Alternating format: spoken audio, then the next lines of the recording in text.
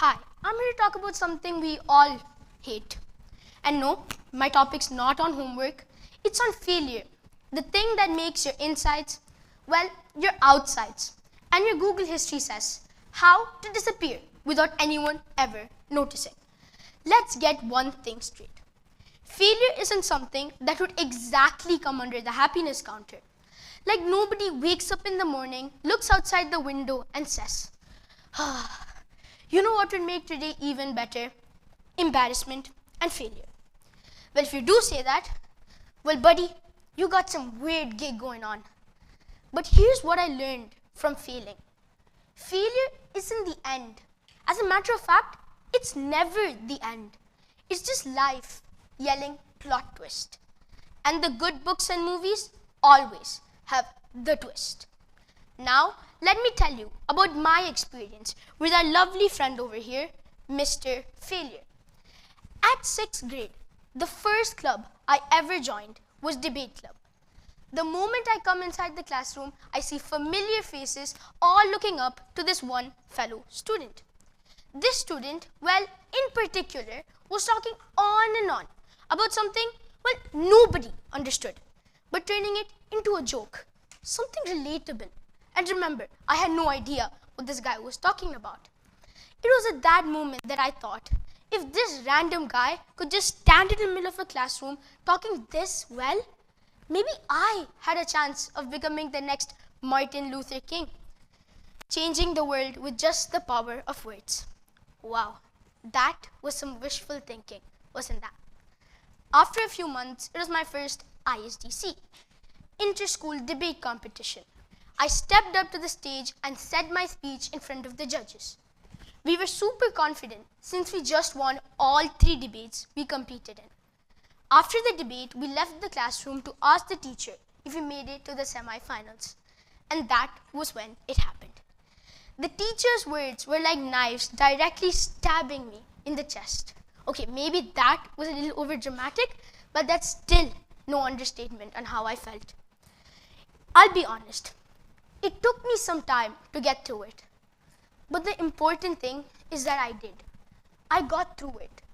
I realized it was just me not taking it seriously enough. If I couldn't win that day, I'll win the next. Wait. Now that I think of it, standing at that stage, talking at that debate alongside 8th graders who, by the way, were polished debaters was one of my major accomplishments. I lost that debate. So what?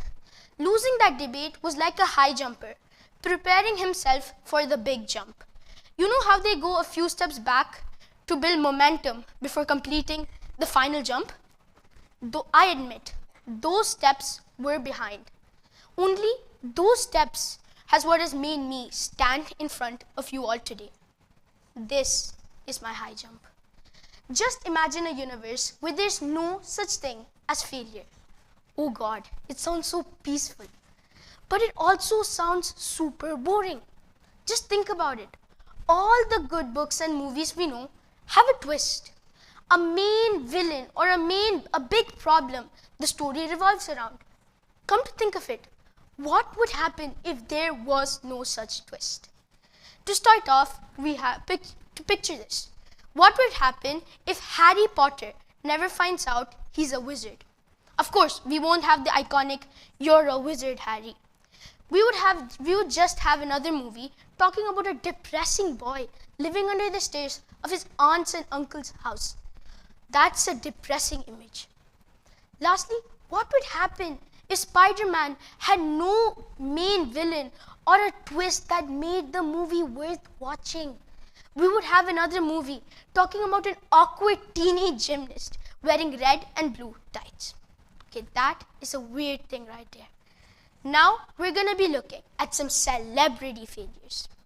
When we think of celebrities, we usually imagine red carpets, shiny awards, and private jets. But what we don't think of is the screw-ups they've been up to. Now, we're going to be taking a moment to celebrate the glorious, awkward, painful failures of people who now make millions because they can mess up that badly and still win. To start off, we have Walt Disney. Walt Disney was fired by a newspaper editor, and you'll never guess why. He was fired because he lacked imagination. Yes, you heard me right, because he lacked imagination.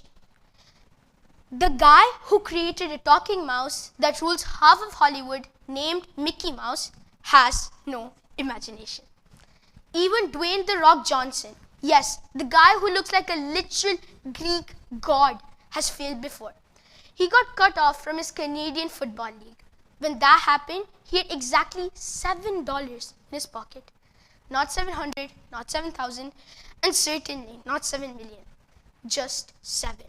But instead of sitting there crying, he turned that setback into a comeback, becoming a WWE superstar and a Hollywood sensation we all now know. And a person who you probably don't want to pick a fight with. But here's the thing that Walt Disney, Dwayne Johnson, and the awkward teenager who may have lost a debate all have in common. They didn't let failure define them. They let it shape them. Remember, failure isn't a wall, it's a door that opens only for those brave enough to try, fall, and rise again. You think most successful people in the world are people who never mess up? Wrong. They're the people who mess up so many times that even the universe starts to wonder how they keep getting back up again. And that's what makes them great. They had the courage to fail but still win. So if you're sitting there thinking, I failed, I lost, maybe this isn't just for me, let me stop you right there. Because you're learning, you're building character, and most important of all, you're building resilience. Because what good is success if you didn't earn it? What good is a trophy if you didn't sweat, cry, and fail for it?